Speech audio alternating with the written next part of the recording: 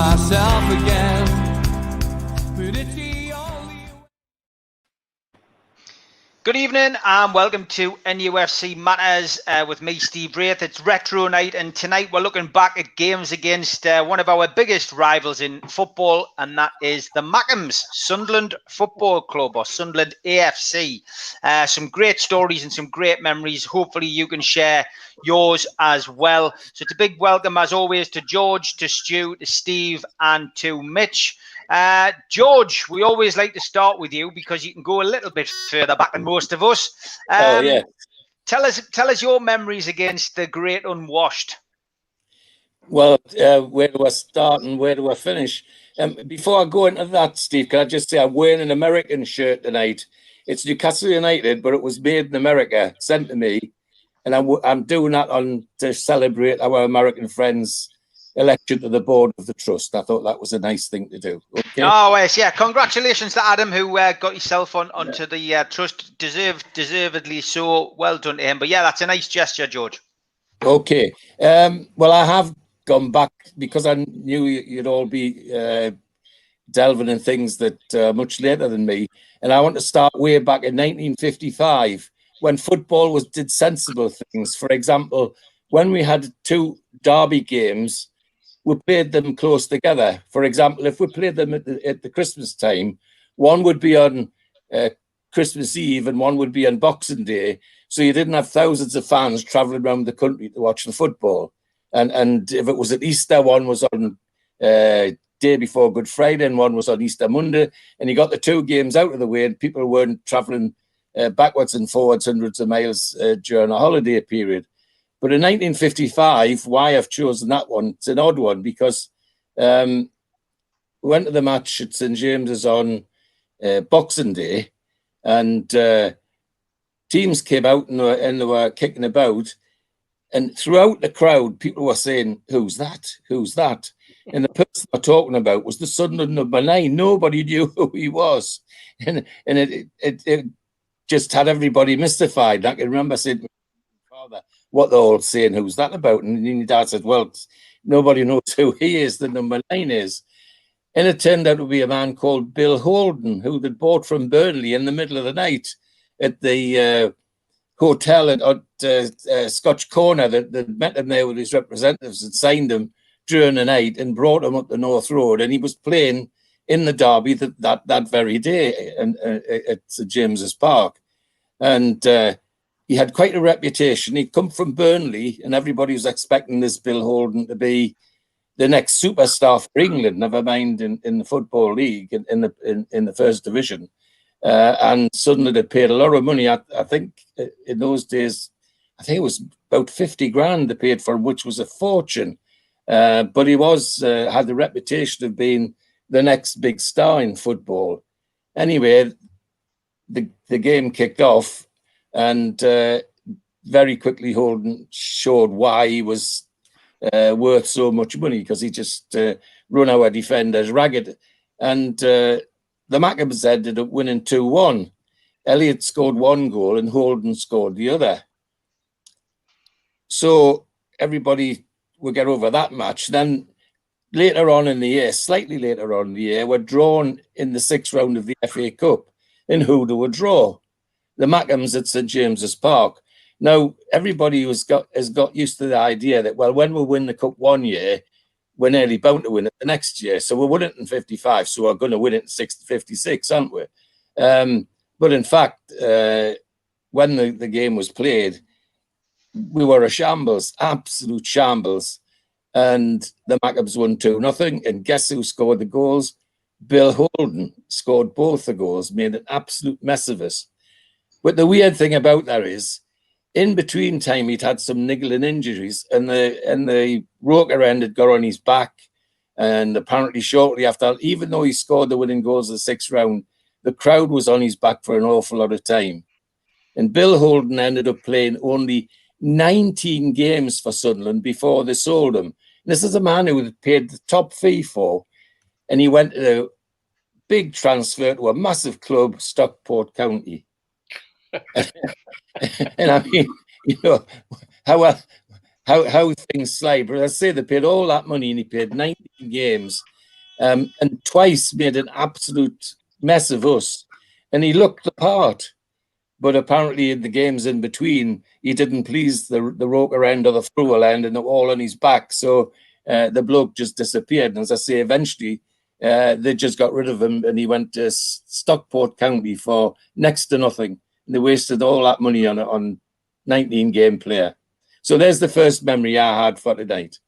John Mitchison chips in with one that you must remember as well, to be fair, George. His first derby was 1963-64. Gary scored the only goal, which was a penalty. Just 27,500 fans were there. A lot of fans had heard the match had been called off because of rain all day, hence the small crowd. Remember that one? That's true. In fact, well, I'm going to talk about another one later that was nearly called off because of fog. But yes, I do remember that one. In fact, I remember being very, very wet at that one, yes.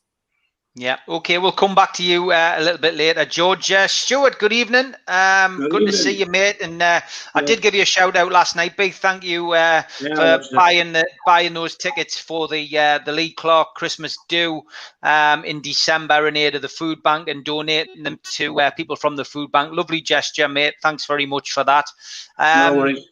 Your memories of Sunderland, and what's your first memory of what do you want to talk about tonight? The first game I was allowed, because it was always notorious for trouble, wasn't it?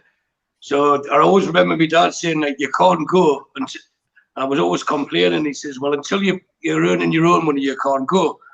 So the playoff game was my first one, the League Two. I doubled up on paper rounds and everything to get the money for it. And in the first game, I think, Mitch, you were at that first game, weren't you? The 0-0? Yes. Where I was there. Budgie saved the penalty, and we thought, well, that's it, we're definitely going up. And I remember, I can't remember what race meeting, but during the day, John McCririck was on TV on the racing. It wasn't the racing channel, it must have been Channel 4 or something. And he's a big Newcastle fan, and he had this scarf on, and how are the lads, and off we went to the game, all pumped up, thinking that we're going to win. And it ends up that, as history tells us, we got beat 2-0 from Pai and which is Gabbiadini, and the most handsome man ever to grace a football field, Eric Gates. They both scored the goals. So it was the day that it was meant to be Mick Quinn and Mark McGee outshining their two front forwards, and they beat us. And that's when we were trying to get on the pitch, and well, we did get on the pitch to get the game abandoned. Unfortunately, we failed at that as well. So that was my first experience. Now, also the referee was from Spennymoor, which I thought was unusual. I know it being close, but after researching today that George Courtney being the World Cup referee as he was as well, he's actually a Borough fan. So you would think he would have favoured us more than them. But talking of Spennymoor, I want to give a little shout out to Spenny Mag, who's still with coronavirus at the moment. So get well soon, mate, and I'm sure you will. And it's bad news for everyone else, because that means he's got more spare time to be on social media, and we'll all get hammered with that. But getting back to it, my first experience was the playoff game, and unfortunately we didn't get promoted. Yeah, okay, good stuff. Steve Hasty, good evening, mate. Your first game, your first thoughts of Sunderland. First thoughts, I'm going to follow on from what Stewie just said. But first of all, I've got to make an admission here, because I've never been to an away derby. Never been. In all those years of supporting Newcastle, I've never been. Very similar to Stewie in the first instance, where my dad was very reluctant for us to go down to Sunderland to an away game. Different dads, Steve, yeah? Sorry? Different fathers. Definitely different fathers, as far as I'm aware, anyway. Obviously, with a hairstyle, it's got to be, hasn't it? But yeah, I mean, in those days, he was very reluctant for us to go. And then, obviously, as you grow up and things take off, and there was times when they weren't in the same division. But I go back to 80. Well, the two games I remember the best for ridiculous stories. One of the 85 game, the 3-1 Beardsley hat trick, 2 sendings off Howard Gale and Gary Bennett. And I actually missed that one as well at home game, believe it or not, because we decided we would all go, all a group of lads and lasses, we all used to hang around together at New Year. And one of the lads couldn't get home for New Year. So we decided to go and all congregate at his place, which was down in Altrincham. So we went down to Altrincham. There was about 7 or 8 of us with our girlfriends and soon-to-be wives. And we spent the weekend there. Well, spent the New Year's Eve and New Year's Day there. And we'd been drinking at Paddy Craren's bar the night before. And he invited us back. He said, "Oh, come back the next day, lads, before you get away." So we went back. We did a bit of a pub crawl around Altrincham and then went into Paddy Craren's bar to hear the results, basically. Well, we'd already seen that we knew we'd won. But Man United had been on a long run of about 10 games. And when we got into the bar, we walked in and straight away I clocked this lad sitting at the table. I also clocked the table behind, which had Arthur Albiston, Brian Robson, I think Gordon McQueen, if I remember rightly, Norman Whiteside. They were all sitting there. And at the front was Paddy Crare and his mates and a very disgruntled ginger-haired bloke. So as we walked in, Paddy went, "Oh, here's the Geordies. Great win today, lads. You won 3-1. And we went, yeah, brilliant, fantastic, Why weren't you there? And we'll come down here for New Year and all the pat out with the rest of them. And in the previous bar, we knew that the Man United score. And so when we were sitting there, my mate said, "How did Man United get on?" And Paddy Craren said, "Oh, yeah, I think they got beat. They were playing Sheffield Wednesday. I think they got beat. And they'd missed a penalty." So, of course, my mate straight away went, "How the hell can you miss a penalty? I mean, it's only 12 yards." At which point, this little ginger-haired bloke just got up, scattered a few bottles and glasses off the table and stormed off in a huff.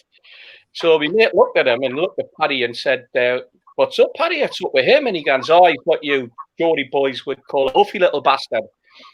So I went, "All right, fair enough." And I nudged Chris and I goes, "Do you know who it is?" And he goes, "No." I goes, that's Gordon Strachan, that."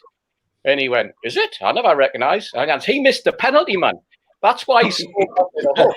And Chris had swore blind that he didn't know that he had missed a penalty. But we'd all heard it in the bar before. So Chris had just done it to wind him up, So we then sent and told if we wanted to, we could go and sit with the rest of the Man United players. Well, that's the last thing we were going to do, sit with the drunken Brian Robson and the rest of the Man United squad. But to think that we'd missed Beardsley a hat trick, 2 sendings off, and a result like that was just, that was just typical of our luck at that particular time. The second one was obviously the one that Stewie's talking about, the 89, and I was so convinced we were going to get through to the playoffs that me and the wife booked a holiday by the end of the season. So it was slap bang in the middle of the playoffs, and it meant I would be back for the playoff final. So I left the money with me mate Jeff. I said, "Make sure you get us a playoff ticket. I'll be back for the weekend. Make sure I get the playoff ticket." "Oh yeah, no bother."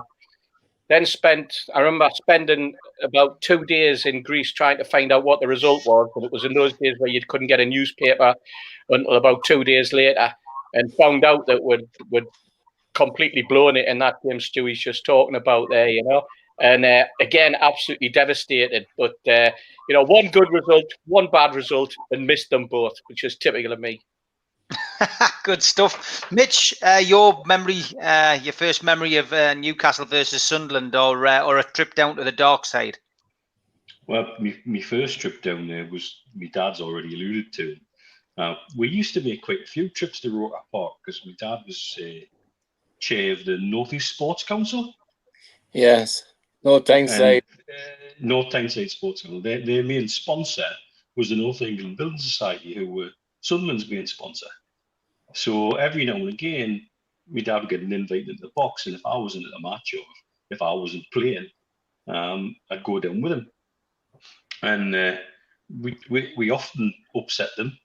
Like, I remember being there for a game when Gary Bennett, I think he scored an own goal and conceded a penalty.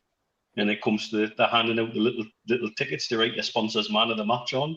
Well, there was two votes for Gary Bennett in amongst that, and I don't think we're terribly chuffed about that. And my dad managed to get some tickets for the first leg of the playoff final. The trouble was, or playoff semi-rod, the trouble was it was in the clock stand. So we went down. Obviously, we take our seats. We had two mates with us as well, and we were all very good.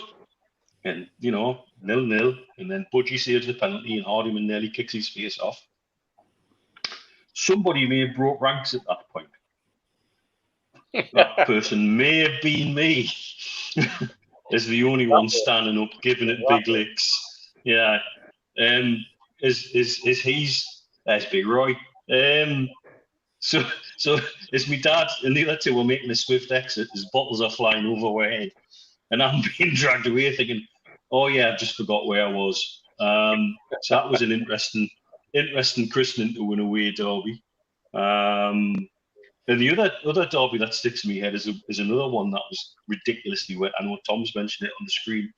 The one where there was a U-boat patrolling the Gallagher corner when Scott Sellers scored the free kick. I mean, that was ridiculous. That game should never have been played in a million years. But I gather the referee had been told by the police it goes ahead. And so they had to play, and they had no choice. And it was a farce of a game, really. I'm amazed nobody was badly hurt. Like I say, I think there was definitely a U-boat patrolling in the Gallagher end, and I think there was a shark around about Lisa's corner as well. It was just crazy. I've never seen so much water on a pitch in a game be made to go ahead. But I gather it was a police advice that the police insisted it went ahead because they were terrified about what was going to happen in the city centre. And obviously that same season was the Liam O'Brien over the wall as well down at Roker. And that was a very interesting walk back to the train station, I'll say that. Yeah, I mean, great memories, lads. My memories are 85, 86 season. That was my first derbies home and away. I went to both as a kid on my own. Obviously, at the time I was only, coming up to 13. So it was a big experience going to St James's Park and to see Peter Beardsley get the hat trick. He obviously missed it in that game too. Fascinating times, and just the whole of the crowd and that was just something special. But there was definitely a change in atmosphere around the ground, and compared to other games that had an edge, and your parents warned you not to go to those games. The reverse down at Roker Park have been at shows I did for every game and every derby game over the years. To your life in your hands, but heading down to you would get the train down, and you took your chance really where you would. You used to be able to get off and walk down along the road leading to Roker Park in Fulwell, and used to walk down this street where there was just like bars on. It seemed as if you were surrounded by Sunderland fans in loads of different places, but it was actually 2 bars down there. And as you walk down the street towards the ground, you just got dogs abuse. There wasn't many police officers around. There was glasses and bottles getting thrown from the from there as we got like escorted through. And the game down there for the game at Roker Park, if I remember right, it was a 0-0. It wasn't very entertaining at all. I was just, a young kid, and singing all the songs, the Geordie Boot Boys and all of those kind of songs, NNA, WC, all of the songs. It was young and learning all of those songs, but there was just this extra passion, I would say. That you could feel the hatred, because there was definitely a hatred amongst the supporters, and it was just a big lift for me as a football supporter. And then it was taking your life in your hands, coming back out, and that was the first time that I actually saw football violence. People getting stuck into each other outside the back. The police just seemed to disappear in those old days at Roker Park. They didn't seem to wait around. They didn't seem to want it to the station, and on that occasion, and stuff in front of us, and it was literally just a case of like taking the life in your hands. And when you look back to those days, I mean, that's a shot from St James's Park. you know, it just shows you the, you know, the atmosphere, you know, in a photograph, and the, you know, the sheer hatred between the two sets of supporters. And, you know, if that thin line of bobbies and that fence wasn't there, God knows what those supporters would have done to each other. But it is tribal. It is like a war, and you know, you can see why it's you know, that there has been so many incidents over the years. But that was my first, and then of course the game you have all touched on, you know, the playoff game, which you know, there was obviously a home leg and an away leg. The home leg, as you've already mentioned, Mitch, was you know, the away leg, sorry, was a game which we all thought we'd done the job, we'd done the business. We got a wonderful 0-0 draw down there. You know, we celebrated that penalty as if we'd won the game, and you know, rumor has it now that, of course, some of it a little too much. Rumor has it now, of course, the play-wise in the dressing room, and of course that was what basically got Sunderland's team up for it when they had the return game at St James's Park. And of course, as the history book show, Sunderland came up and beat us 2-0. And I've got to be honest, that's the only time I've ever seen my dad cry because of a loss. You know, and you know, we were both really upset. I remember going back to a pub that night and just seeing the devastation on people's faces, because it was bad losing the game against Sunderland, but just the fact that we played so well that season, we deserved promotion, and we ended up in this lottery of the playoffs where, you know, we ended up getting nothing, and a team finishing sixth could end up taking the place of a third team place. And that was also a season me and my dad got tickets for the Holgate end when Newcastle played Middlesbrough. We ended up standing on the bloody home end for that last game when we got whopped 4-1. I had my Newcastle shirt on underneath me coat. My dad rather conveniently drove into that one, and we parked outside Middlesbrough General Hospital. I says, Christ, I hope we don't have to go in here after the game, but we were needing it worried. Obviously, Bernie Slavin and co did a number on us that day, but no, that was on Bloomberg, wasn't it? It was, yeah. I watched that sitting on the pitch at St James's. Yeah, me too. We were. Yeah, go on. That playoff game at home, you're talking about firsts. That's genuinely the first time I've heard the rush of the ball hit the back of the net at the Gallagher end, and proper silence. Genuinely, it's the only time I can remember hearing that into the back of the net. It was just ridiculous. And I think the Mackens down the other end didn't know they'd scored. There was like a little pause before they went mental.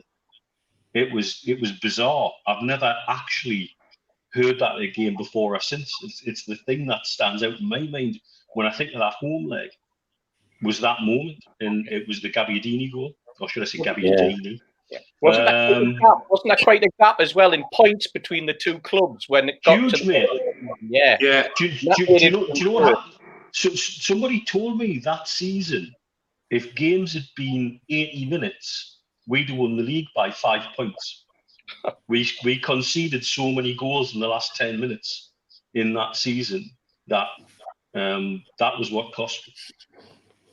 But actually, do you know what? I don't think we were ready to go up.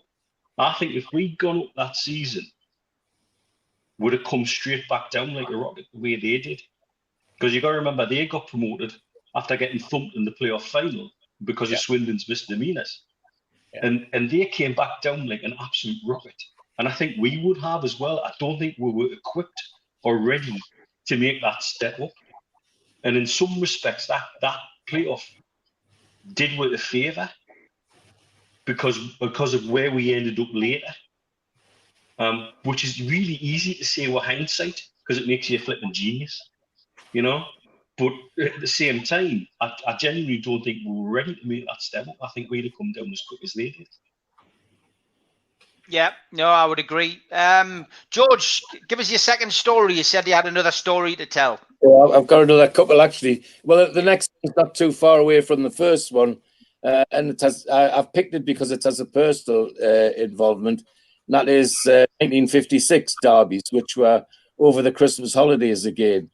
And went to Roker Park and beat them 2-1 with great ease. but came back to St James's Park shortly afterwards and beat them 6-2. And the personal end of that is that Alec Tate scored a hat-trick. And at the time, Alec Tate was my teacher at school. He taught me maths, and he ran the school football team. And of course, at that time, was trying to persuade me to sign for Newcastle United. So he was already a hero at school. But get a hat trick against the Mackhams. I mean, he was walking on water, wasn't he? He couldn't do anything wrong. And if Alec Tate told you to do something at school, you did it very quickly. So that's another memory, as I say, that has that personal involvement for me. The other intriguing thing about that it's another one that nearly didn't happen. In fact, the crowd wasn't very big because it was all over the town that it was off because of fog. And it was very foggy. But the match went ahead just the same. But the crowd, I can't remember what the crowd was, but it wasn't enormous. It certainly wasn't 40, 50,000. I doubt if it was 30,000. It was quite a poor crowd. But again, because of that personal involvement and Alec Tate scoring the hat-trick, people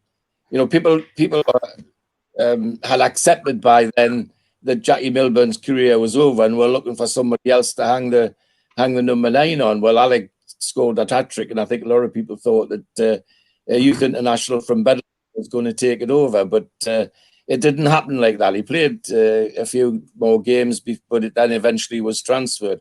The other interesting thing is we didn't have a proper manager then. Yeah.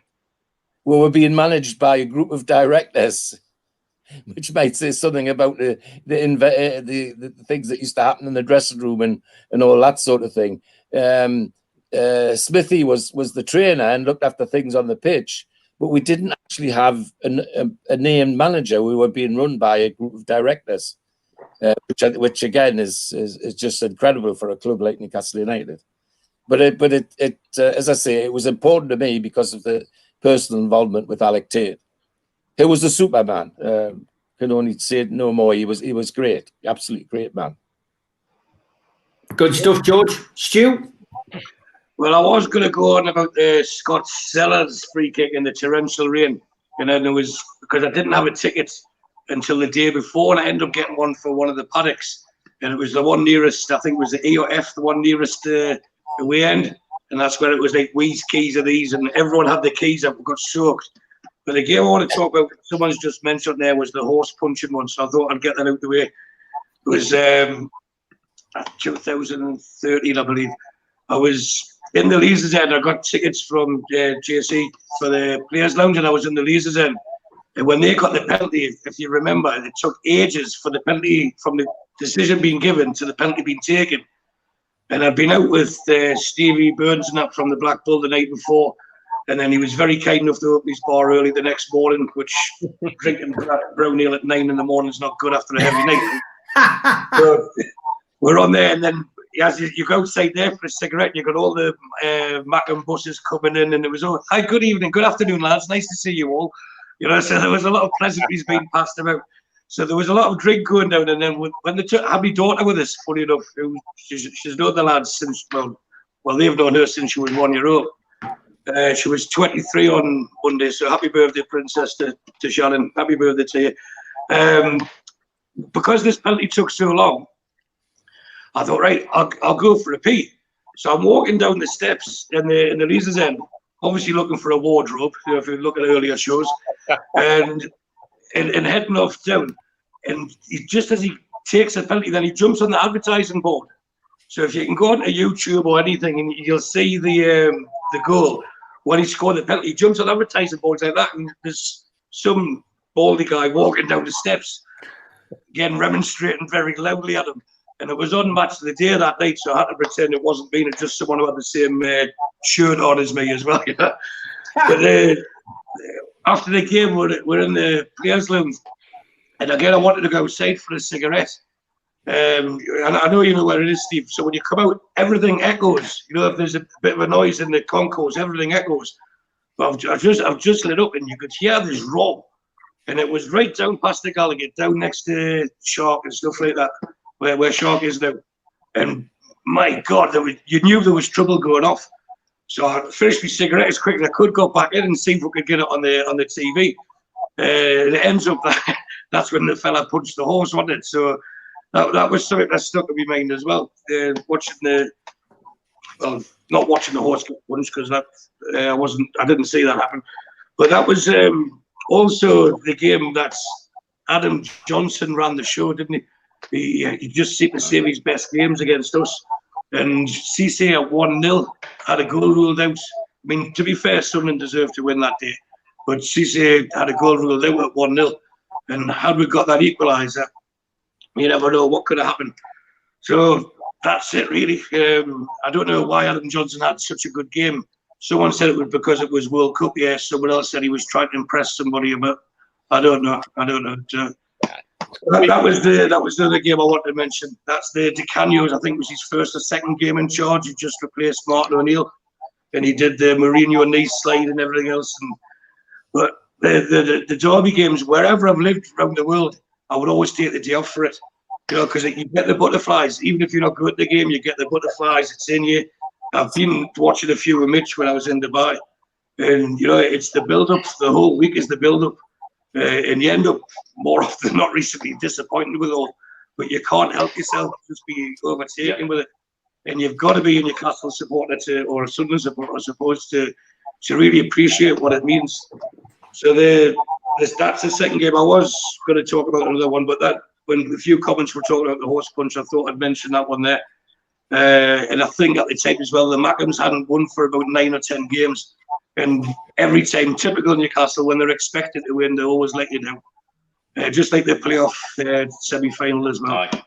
So once again, when we're expected, good old Newcastle produced the goods. And that's probably why they'll win on Saturday. Nothing but happy memories for me for years going down there. Though I mean, you know, the Mackems always go on about this 6 in a row, pre-order special edition Derby Day merchandise. Geordie Slayers, etc. We've seen all that. We've laughed at it all. But you know, we didn't do that when we kept going down there and beat them at their own pitch. And Roker Park, at the Stadium of Light, over 30 years they couldn't beat us at their place. Yeah, we had a run that was ridiculous in terms of that. Yeah. So even if you want to apply laws of averages, that 6 in a row really doesn't address the balance at all. Yeah, it was one of those don't spoil a good story with the truth in it. There was a generation of Sunderland fans didn't see them beat us at home. The whole bloody generation. I mean, that's crazy. That is crackers. But that's what you find in derby games. If you look at derby records around the world, it's the way it goes. It's why I love them and hate them with equal measure. Yeah. You know, you're talking about opening a bar, really. And I'm saying to somebody earlier this week, you've never lived till you've had a pint and a bacon sandwich in the Black Garter at 7:30 in the morning on a derby game, you know. You see, that game, that I remember that game because I was on my first ever flight to Dubai for an interview. Yeah. And the match kicked off about half an hour, 3/4 of an hour before I flew.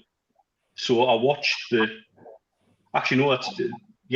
one where Shola scored the equaliser late on. Yeah.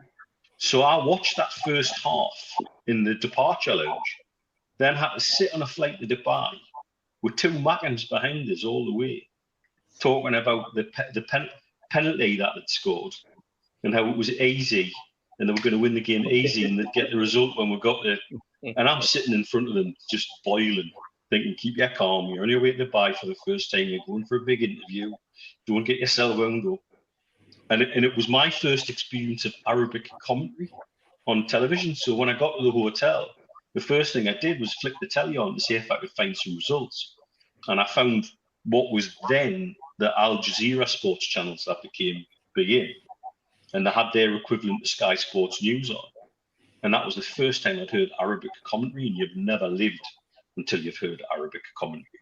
Arabic commentary makes 0-0 sound like the most exciting game in the world. And until you've heard an Arabic commentator shout, Hala, Hala, Hala, Shola Amiobi, Hala, Hala, Hala, Awahid, Hala, Shola Amiobi. I was going in the bloody room, and I'm sure they must have thought I'd lost my bloody barbels. when I saw that we'd actually managed to scrape an equaliser out of that, it was great. And that's one of my derby memories, was because it was also my first experience of football in the Arabic world, and the other derby game that springs to mind is the one that people have mentioned about Shearer with the bandage, the 2-0. Yeah. Because again, that ties into going to the Black Garter at 7:30 to go into one of the fans' buses, where they take you on that magical mystery tour of South Tyneside towards Sunderland, which takes like about 5 hours with a police helicopter hovering over all the buses. And you couldn't get a ticket if you didn't have a seat on the bus. And everybody was loaded before the game and are driving down in this slow convoy. And of course, they're just normal buses. There's no toilets on the buses, and there's lads desperate for the loo. And they're having peas in cans of pop, having peas into crisp packets. And people are showing immense prostate skills holding stuff in. And the buses were just, that whole way that you're treated. And I'm guessing they're treated the same coming north. And it's just ridiculous. You're almost treated like a third-class citizen just because you want to go to a football match with your mates. Yeah. And the way you're held on the buses, and they'd stop somewhere near Pennywell and just pause for no apparent reason while the helicopter hovers and the unwashed line the streets getting ready to gurn it in. And it's bizarre, that whole thing. But that's another memory, is on that bus watching lads having peas into crisp packets and all sorts because we've been in the Black Garter from 7 in the morning. It's those kind of, whenever we're talking about any games against anybody, it's the stuff like that you remember, the camaraderie stuff, you and your mates together on away games and all the stupid stuff you do. And I've been in the home end there quite a few times. I mean, there's another time I was there with Freddie. I think my dad got the tickets, but I think he was off magistrating or something. And it was for the it was I forget which game it was for, but we went down on the bus and we got the bus back and we kept our gob shuts all the way. And we didn't start celebrating until we were through the Tyne Tunnel.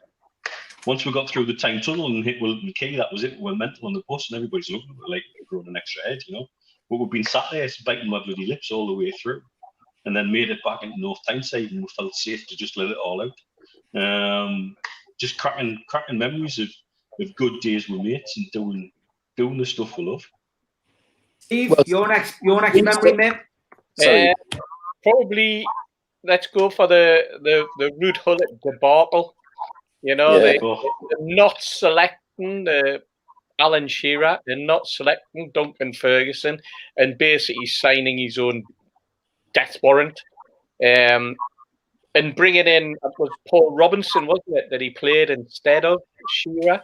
And I was just reading over the last few weeks, reading a book that was written about that particular era, and trying to get your head around the whole Ruud Gullit, what he was about, what he was trying to achieve, his perception of what he was about in terms of not selecting Shearer, and all of this rubbish, this horses for courses, picking what he thought was the right team. I mean, I remember getting into the ground that night, and you hear the team, and you are thinking, "Oh, to joke, it's not. That's no way that you wouldn't play Shearer or Ferguson against these."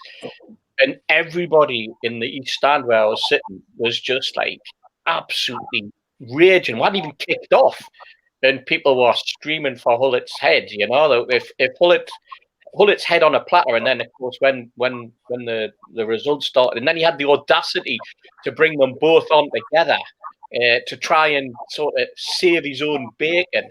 And I think that there is that amazing story, isn't there, that's sort of built almost a cult piece about the fact that Shearer took his son to school the next morning and dropped him off early and carried on driving up the park with the training ground because he wanted to have it out with Ruud Gullit on exactly what he was about. And when he got there, Duncan Ferguson had got there ahead of him, and the office door, the manager's office door, was off its hinges because Ferguson had kicked it in. Whether or not that was actually a true story or not, but I tell you what, it would not surprise me if that genuinely did happen.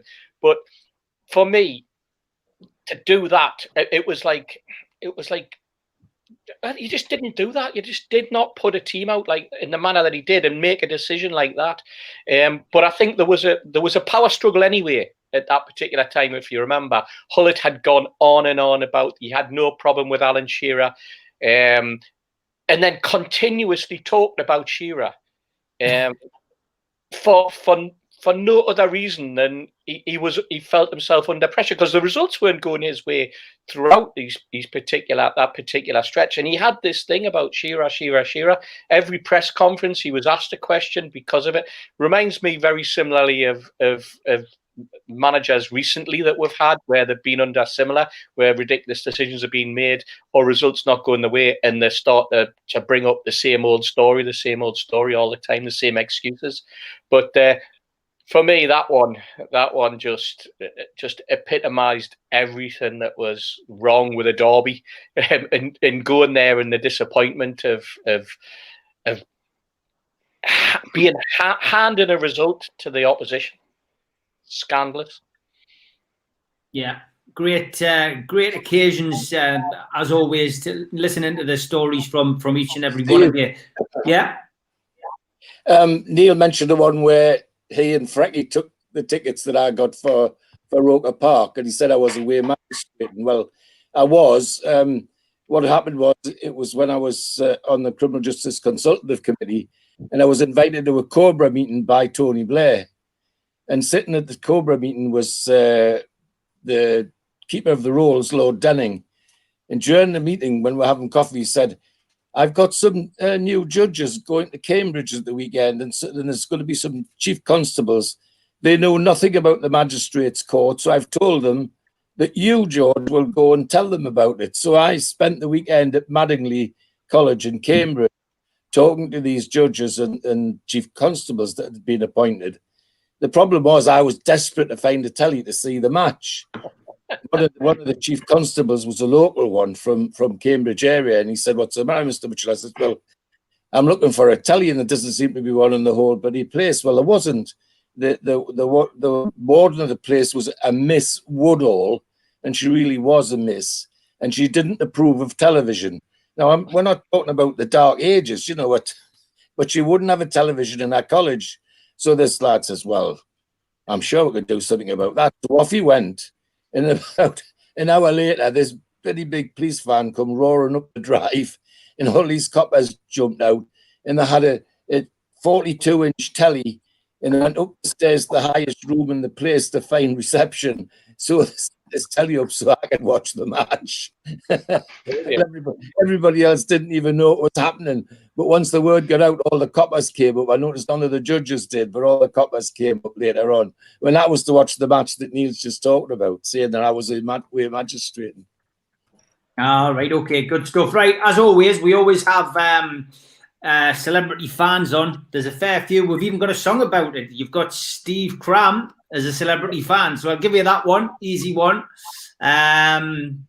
Here's another one. See if you can guess these guys and girls. Oh, is that We Are Safe, Jack? We Are Safe, Jack. Yeah. John Humble was a Sunderland fan. We Are Safe, Jack. Cricketer. My former next door neighbour. Yeah, next door to you, Mitch, didn't he? Yeah. Mitch, you've got a story about that, have you? I didn't enjoy the black and white flag I planted in the back garden the day we beat them 5-1. You got quite agitated about that. Another well-known Sunderland fan. I can't watch the soaps over here. Not that I watch them anyway. But Well, it's a clue, obviously. Soap awards. Anyone know the name? No. She was also in Bread. Aveline. Oh, right. Yes. Melanie Hill. Right. Well known. That gives you an indication how much of a celebrity she was then. Now we're looking at the guy here with the sunglasses on. that Tim Rice? That's Looks correct. like Tim Rice. Declared his love for Sunderland many years ago, and yes, apparently a Sunderland fan. Not sure he gets to the games, but apparently he is a Sunderland fan. On this one, couldn't he buy them with a loose change? Big cricket fan, isn't he? He probably could. Yeah, looks like he's at Wimbledon there. We're looking at the guy in the middle here. Oh, is that Mike Jeffries? Close, very close. Is it? You got the surname right. Surname right. It's Mike Jeffries' son then. Tony. Tony Jeffries, that's right. Tony. When he was boxing, signing a deal there with a boxing promoter to fight in the Northeast. He now lives in LA and teaches the likes of Robbie Williams how to box. Olympic bronze medalist, wasn't he, Steve? That's right, yes. That's him. Oh, that's Kate. Yeah. Kate 80. Kate 80, great lady. Yeah, used to working in war zones, so no the wonder that she's a Sunderland fan. Probably. She left there though to do a job, didn't she? That's right. Yeah, that's right. And last one, easy one for you. This one, guys. Oh, that's out the Eurythmics. Stewart. Dave. Yeah, Dave Stewart. Dave Stewart, yeah, some good ones. It's always good to check up and see who claims to support them. And I'm going to stick this one in as well. He's obviously a big Sunderland fan. Steve. Hey. Very good. These pictures never get old, lads. They never get old. Close related to Pucker Pies. Yeah, that's right. Brilliant. Really, God, we could have had some fun with some songs this season, lads. We really could have. Memories. We always look back at memories of the grounds, and I mean, obviously, in our time, they've had the two. The state of the art Stadium of Light, which of course our fans tend to give it a different name.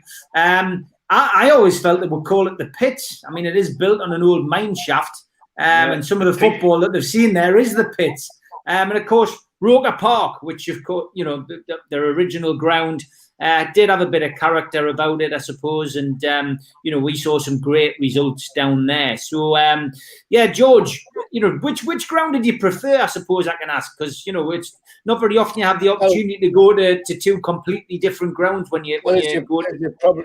As you lads probably gather, a bit of a traditionalist, and it would be Roker Park for me. The thing that I find interesting about the Stadium of Light is that they couldn't find a bloody name for it and they pinched somebody else's name. And second, Bob Murray kept telling everybody, whatever they build on the Tyneside, we'll always have 2 seats more than they have. Well, he never even got anywhere bloody near it. So, his Stadium of Light was a complete loss for that. But in terms of football, Roker Park was a very traditional ground, one which I like to go to, I've got to admit, and had some good times there with the sponsors of the organisation I was working with at the time, and so did Neil, I think. But yes, Roker Park is my answer, Steve. Okay, Stu, did you have a particular favourite? Are you more of a Stadium of Light man or a Roker Park man? Well, the Stadium of Light spelled backwards, the initials, the stadium is lost backwards, isn't it? But yeah. I preferred Roker Park. And I was at the game that you mentioned earlier, Steve, the 2-1, the last game that they played there, when the away fans were banned. Yes. And then they were allowed in, and then they weren't allowed in, and then we banned them. Aye. But I was working in Doxford Park. This is before I moved abroad. I was working in Doxford Park at the time for the electricity company, London Electricity. So yeah, that's the game. And I was on, so every time I was having a bit crack on, I was always saying I was on missionary work, talking about how we can have lights and water in Newcastle. And there was a story just when the Metros first went to Sunderland. There was, I think it was like, say, 3,000 people went to Newcastle on the Metro and only 800 come back. Like the city with like running water and inside toilets, and they were amazed. Well, like I say, I was working at Doxford Park and I was on crutches at the time. I played a lot of football, and the lads who I was working with got roped us into playing at Silksworth, the sports centre there, and I would always play with my Newcastle strip on. And the reason I did that is it was 6-a-side there. The reason I was doing that was because 3 of them, as soon as I got the ball, would want to come and kick us. You know, so there was like easy. As soon as I got the ball, I passed it to someone who was spare, and we ended up winning the league. But I did meet ligaments and cartilage of my knee at Dunstan, around your neck of the woods, at the pits. So I was on the crutches, and a lad called Big Dave, who we're very good friends with in Sunderland, he says, "Look, I'll get you a ticket for the game." My friend's got a spare season ticket. And I was like, "Oh, but I'm not sure about this thing, you know." But I was on crutches. He went, "Oh, no one's going to hit a raspberry. You'll be all right." So I've shoved myself up there. It was a warm evening, actually, if you remember. So I had a t-shirt on, but not a Newcastle one on. And I was sitting there, and they scored. And I was like, "Oh, mate." And I couldn't jump. I had an excuse not to jump when the whole crowd erupted. I had an excuse just to be sitting down because I'm on the crutches, you know. Obviously, I can't be jumping about. And then Ferdinand got the winner. I'm trying to remember who scored the first one. It might have been Beardsley. Beardsley, aye. But Ferdinand got the winner, and it was like something of the wacky races. I was just like, no, Dukes of Hazzard. Like I was like Boss Hogg from the Dukes of Hazzard, trying not to like cheer. And to this day, I wouldn't have been able to tell this story had I actually cheered then. Because I think it was called the clock stand. Is that the one with the full well end on your left-hand side? Yeah. Yes. So we're sitting in there, and honestly, the pure hatred coming from them, not to me because they didn't realise, but pure hate. There was no Newcastle in their head. There was no Newcastle fans there. You know, they weren't allowed, and there was just all this cheer up Kevin Keegan, you know, because we just missed out on the league a few months earlier. You know, and they had the cheek to call us like a shitty football team. Like, are you joking on? You would think one of the best teams in Europe. So the fact is, when I had an excuse not to jump up, but even on the crutches on the way out, Big Dave says to us, like, he says, "I'll tell you what," he says, "if you weren't my mate," and he lived about 3 minutes crutch hobble away from the Silksworth Workman Club, and we went back in there, and everyone's like, "I can smell a skunk," because they knew who I was, because I would go down there and play football with them. Not skunk as in the smoke, but skunk black and white. Yeah. You know, and I just thought it was funny that we would call them the Great Unwashed, and they were like referring to Newcastle as like something that's, you know. So that was, but Roker Park to me, something that George said, it had, well, it wasn't classic, but I mean, it was a dump, but there was a lot of grounds. It reminded me a bit of like a northern hill, a northern Highbury. You know, it did have character, and there was something about it that I really thought, this is not a bad little ground, you know, for what it was. Yeah. But getting out of there on crutches and never given away I was a Newcastle fan was probably one of my greatest achievements I've done up to date in my life at that stage. So, yeah, the long answer to your question was I preferred Roker Park to the Stadium of Light. Okay, Steve, what about you?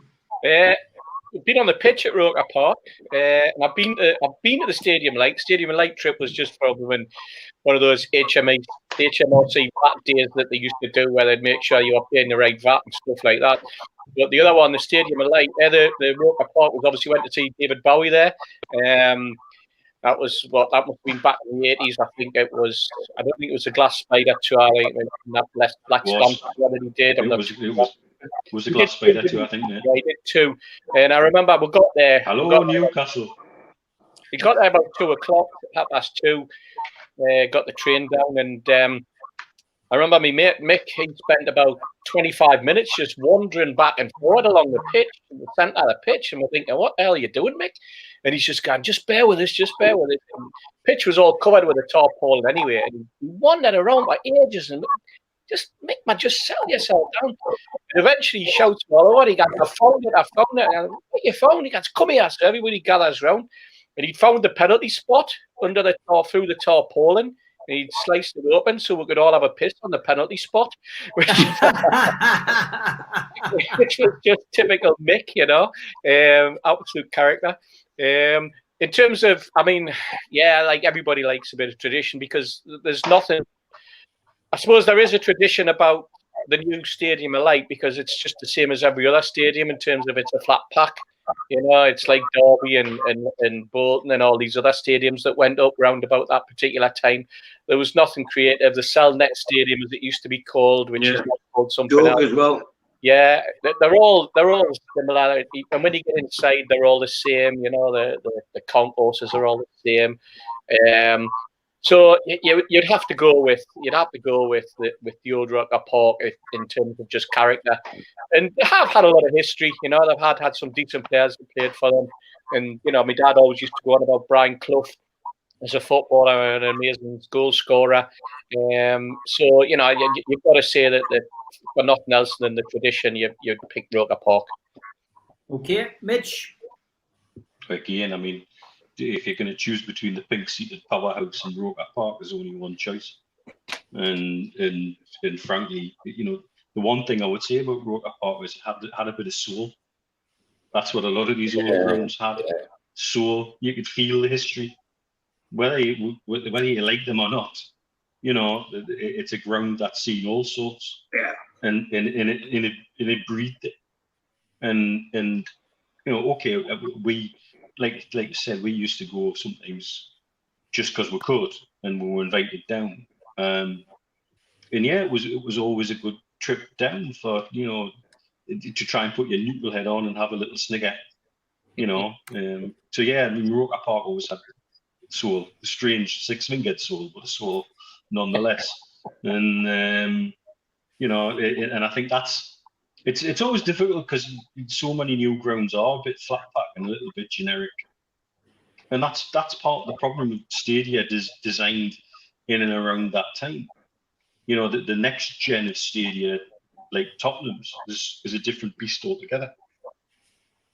What they're turning into was these bespoke 24/7 venues with F&B and like American, all sorts of reasons. Yeah, all sorts of reasons to go there. They're not just a football ground, which is what a lot of these flat pack stadia are. You can do very little else with them, and yeah, and the debacle with the seats for me as well, when all the seats went pink, that they made a big deal about in the Netflix series about, you know, the only thing they seem to focus on, rather than does this man have enough money to run my club properly, was he's changed the seats. Well, yeah, great. No, actually, you changed the seats because you got you in to do it. Yeah. And you know, and it's so yeah. Of the two grounds, there's only one. I've got an interesting fact about the Stadium of Light, Steve. Yeah, go on. When they were building the Stadium of Light, of course, naturally looking for office furniture and furniture for all the rooms and for the manager's office, and they picked a firm on Tyneside, whose managing director, his wife worked for me as my secretary in the university, and Liz told me that he'd bought at the club shop lots of little black and white stickers with the Newcastle badge on in every joint and all the furniture in the Stadium of Light. When they made a joint, they stuck a Newcastle badge on it. So the whole bloody place is littered with, whenever they take it apart, they'll find all these black and white badges in their furniture. I think I heard something about somebody burying like a scarf, like, you know, I think there's a few Geordie builders were on the the job, like, so I think I've heard a few stories there like that, you know. I think there's a few fish left in the air conditioning unit as well, wasn't there? A few, you know, when it first opened, and the smell of fish that was hovering because there was a few old people had bought the odd trout and dropped it in the air conditioning system. I've picked. Can any of you remember the pub, the Forden? It's not there anymore. It's a nursing home. The Forden. It was run by Terry Mann, just where the metro station is now. But you know the song "The Full Will End." He painted his toilet red and white, and he had "The Full Will End" written on it, and no one ever missed at all. There was never any splashes. You know, the bar was just, it was all the toilets was all "The Full Will End." And just before we go on to the teams and everything else, I wanted to mention I'll always be grateful to the Mackems for my time I worked at Doxford Park, because this is when I was getting the strips from Super Kevin Phillips and Niall Quinn from Dutch Mickey Holland. He was physio there, and masseuse, sorry, and he would get the strips from the games and would get a domino card and raffle them off to the Mackems. So it was dead easy with me being a Newcastle fan working in Sunderland, saying to them, "Come on, prove you support your team. You got the old grannies in the purse, taking the quids out for this domino card. Your nephew, your grandson would love this." So we just every week we'd have a 200 quid domino card and split it, and I paid for like away trips for 3 years. So I'm grateful to the Mackems for that. I just wanted to mention that before.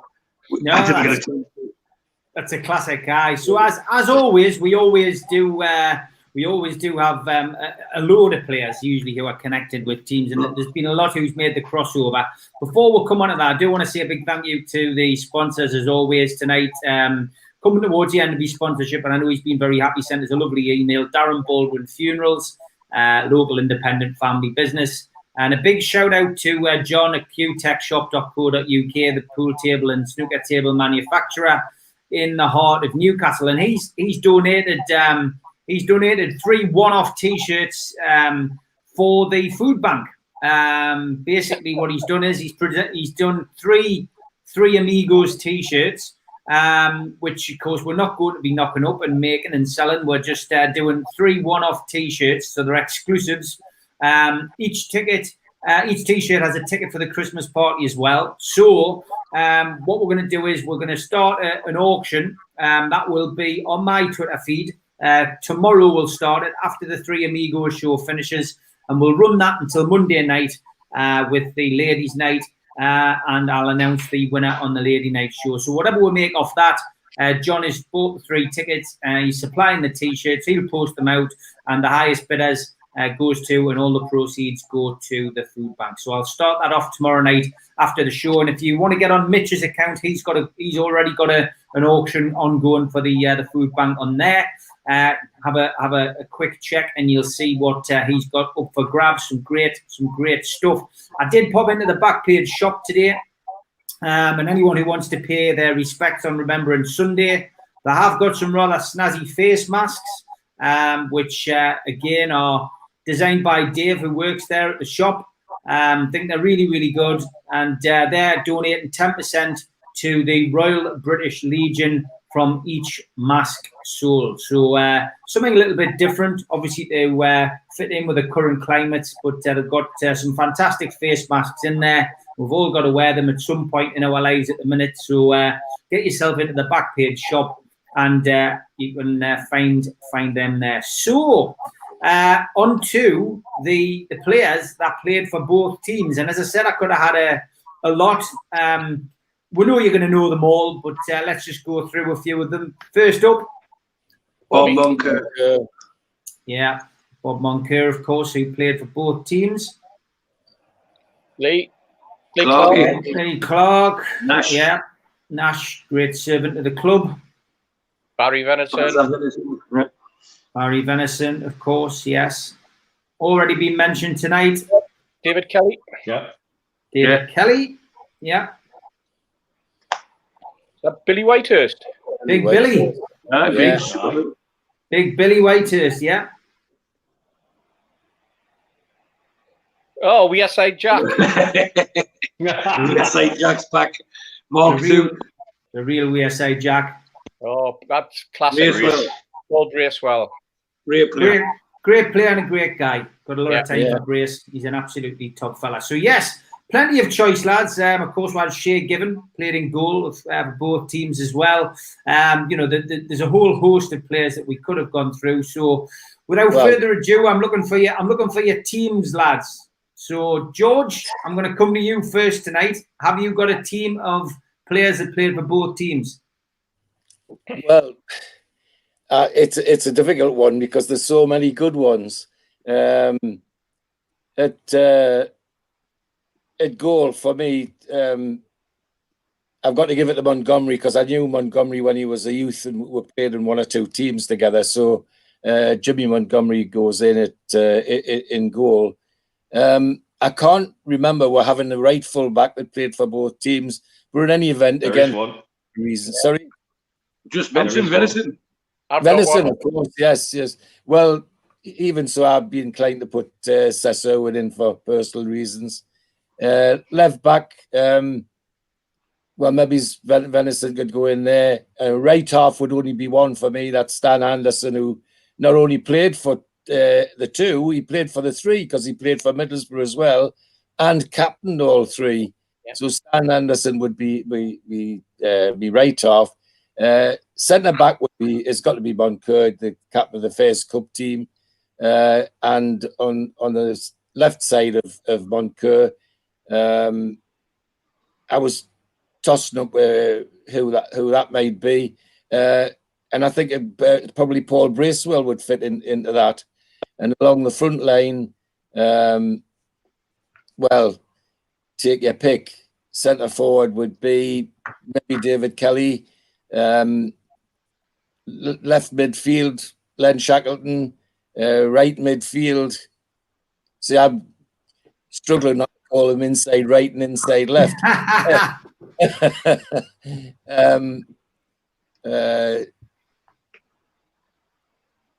Yeah,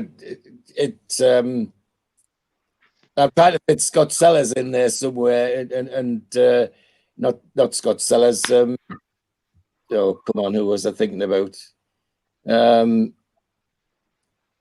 But there's a whole host of them that I'd be struggling to fit one in and not the other. So I'm stuck with that actually, Steve. Okay. Manager of your team, George? Oh, the manager would be Joe Harvey. Okay, good stuff. Stu? Right, well, I've picked a bit of a more modern team, apart from the forward line. These are all I've seen them all play except the front two I picked. So Shea Given in goal, Barry Venison at right back. I picked Robbie Elliott at left back because he played for both of them. Jeff Clark and Bobby Moncur in the middle, centre halves. Bracewell and Lee Clark in centre midfield, with Chrissy Waddle on the right wing, and I put Cole back left midfield. Not for what he did for Newcastle, but he played well with Sunderland. And if I have to balance it out, he did score a cracking goal for them against us at one of the 3-0 games as well. And up front, I've got Pop Robson and Len Shackleton. That was the two out up front. So that was my 11.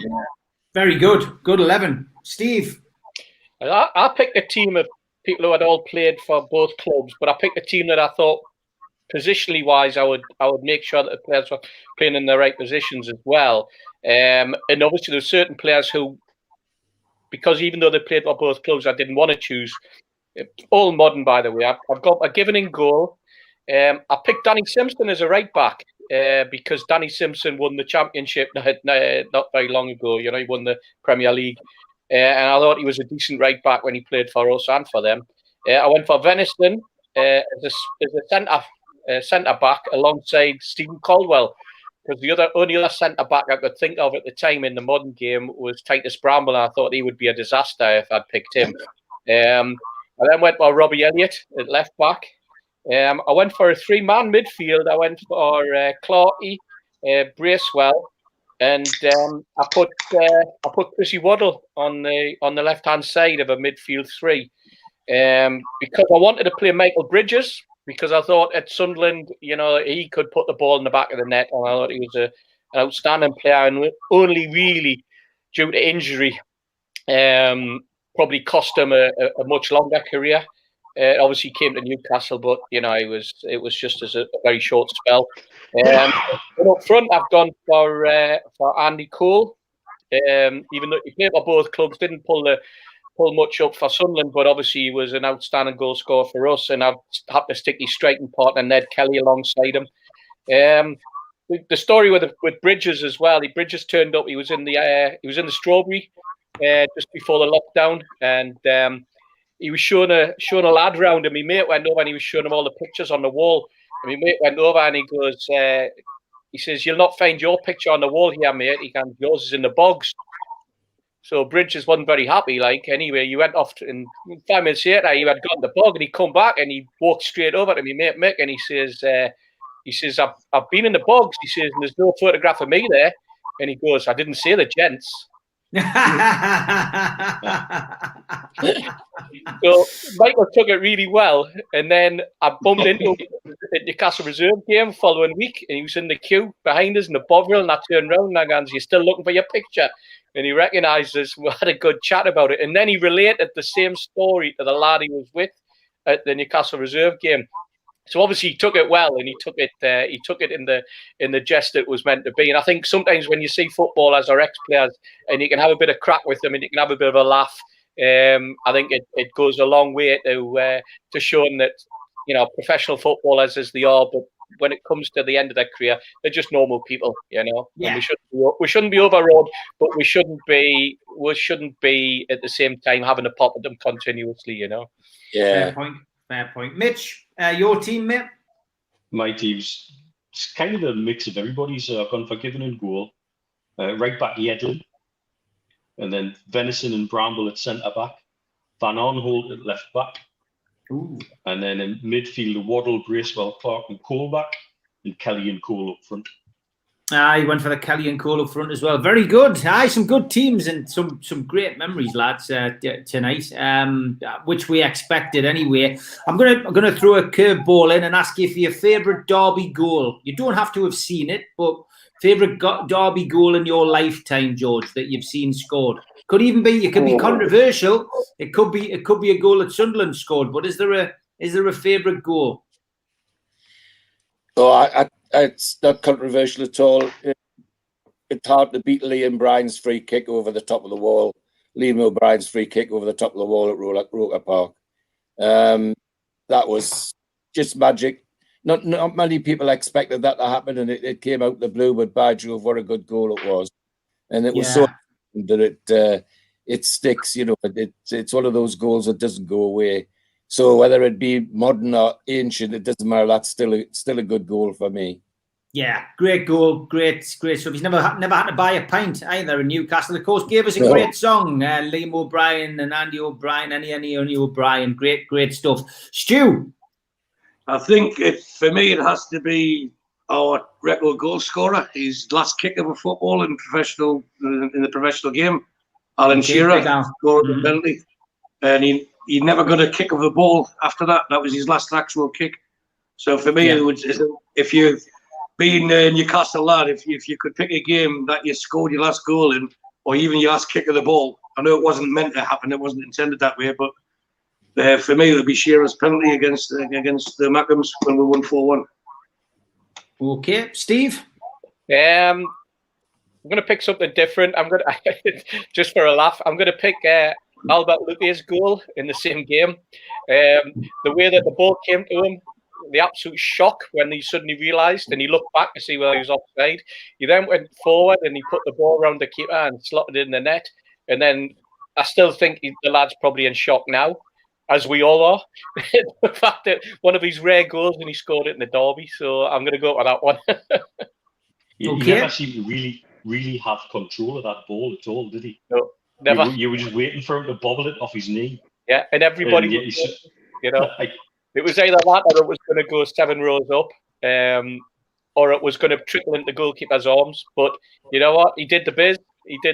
And you know, for that role, just for the novelty of him scoring against them of all people, one of his few goals. He's gone down in folklore, hasn't he? Because he's someone who's scored at Derby. So there you go. Yeah, Mitch. Emery's free kick. Yeah, because if you look at that free kick, I reckon he only had the width of the ball plus about an inch either side to get that ball in from where he took it from. Yeah, they had that really well covered, and it was a proper screamer. It went with ferocity and accuracy, and what a strike! If you look at that again, I reckon he's only just had about 11, 12 inches to put that ball in. Yeah, and he hit it perfect. You'll not see a more perfect free kick. Speak for yourself, Mr. Fender. Yeah. Special mentions, of course, to somebody who never did anything for our football club apart from score against Sunderland, and that was, of course, Michael Owen, Derby goal scorer. The Mackem Slayer, of course, who were mentioned a little bit earlier, Shola Amiobi. Kevin Nolan, of course, for that wonderful Halloween performance and hat-trick against Sunderland. That was a hell of a game. Probably one of the best Derby games that I've been to, apart from the 3-1 demolition of them, of course, on New Year's Day in '85.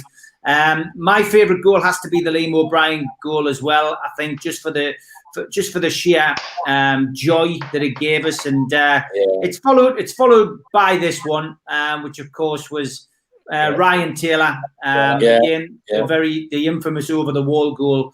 That one, and Scott Sellers. The game was bloody awful, but it was another great free kick. And there's plenty of them, but I think you've got to go a long way to beating Liam O'Brien's. I certainly agree with you. So, Steve Bennett, I know you're in suspense, mate, waiting for this flyer which promotes the Three Amigos show tomorrow.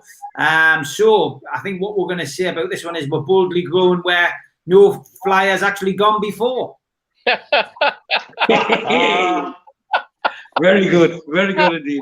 It's the three Amigos tomorrow. Why am I in the red shirt? They're the ones that die all the time. No, that's Scotty. That's Scotty. That.